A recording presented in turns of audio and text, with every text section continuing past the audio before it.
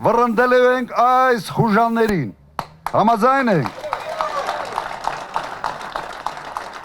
Ընդդիմադիր Հայաստան դաշինքի առաջնորդն այսօր էլ ապարանում ու թալինում էր քննադատում Փաշինյանին, թե պարակտել է հանրությանը միմյանց դեմ հանել մարդկանց ու թուլացրել երկիրը։ Այս մարդը չի հասկանում, որ անխնդրական է, թե նախընտրական չի, իշխանությանը լսում է նաև դրսում։ Եվ երբ դու խոսում ես, հիմարություններ ես, լեզվիդ ես տալիս, Ռուսաստանի պես երկրի պես անմիջապես արձագանքում են։ Ըստ Քոչարյանի, Փաշինյանի քաղաքականության հետևանքով է, որ Ռուսաստանում քննարկում են Եվրասիական տնտեսական միությանը Հայաստանի անդամակցության հարցը, ինչպես նաև Ռուսաստան ծաղիկների արտահանման սահմանափակումների հարցը։ Երեկվա արձագանքը ուղղակի շատ վատ նշան է։ Ես այդ երկիրը շատ լավ գիտեմ։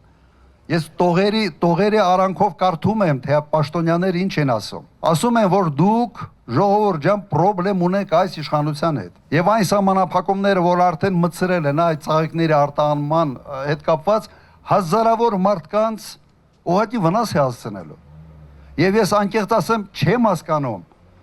Լավ, մտել ես քարոզարշավ, չես կարում լեզու տեղը պահես, գոնե մեծ պետություններին չկպնես։ Ռուսաստանի անվտանգության խորհրդում 3 Հայաստանի հարցով հատուկ աշխատանքային խմբի քննարկում է եղել։ Խորհրդի քարտուղար Սերգեյ Շոյգուն Հայաստանի ղեկավարության քայլերը, եվրոպական ձգտումները որակել է անհամատեղելի Ռուսաստանի հետ դաշնակցային հարաբերությունների ոգուն։ Հիմա վաղը մյուս օր, որ գյուղ արտադրանքի այլ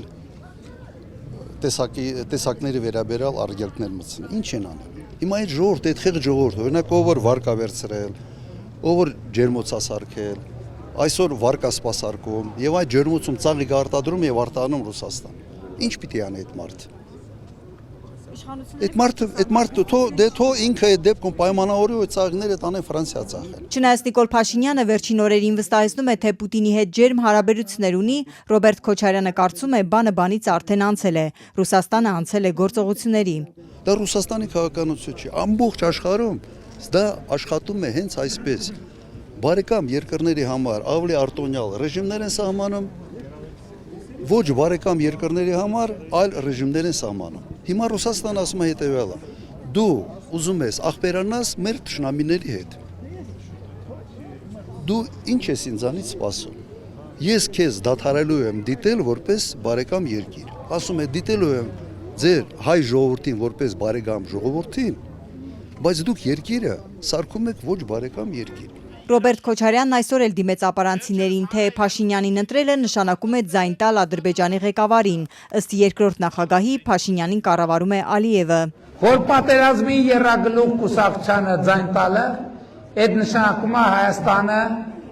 տանել հետ պատերազմի հորձանուտի մեջ։ Փաշինյանն էլ պնդում է, թե իր հիմնական մրցակիցներն են պատերազմ հրահրում, երբ խոսում են խաղաղության պայմանագիրը վերանայելուց կամ արցախցիների վերադարձից։ Ես քանի պատերազմ եմ բերել Հայաստանի Հանրապետություն, կարող եք ասել։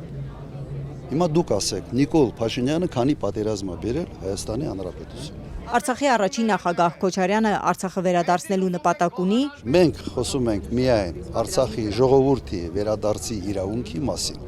Դրանից ավել մենք չենք խոսում։ Մեր ծրագրային բանն է եւ դա իրենց անբաժանելի իրավունքն է։ Իսկ որքանով է դա առաջիկա տարիներին իրատեսական, Ռոբերտ Քոչարյանն ուղիղ չպատասխանեց։ Հիմա եկեք խոսենք հետեւյալի մասին։ Դու խնդիրը ֆիքսում ես ու անջատում ես այդ հարցը այս պահին իրատեսական է, թե իրատեսական չի։ Սա անբաժանելի իրավունք է եւ սրանով պետք է զբաղվես։ Ապարանից հետո ընտրարշավը Հայաստան դաշինքը շարունակեց Ալագյազում։ Այստեղ նրան դիմավորեցին աղոհացով, եզդիական համայնքում էլ գամփր նվիրեցին։ Հայաստանի նախընտրական ցուցակի 16-րդ համարը եզդիական համայնքից է Բորիս Մուրազին։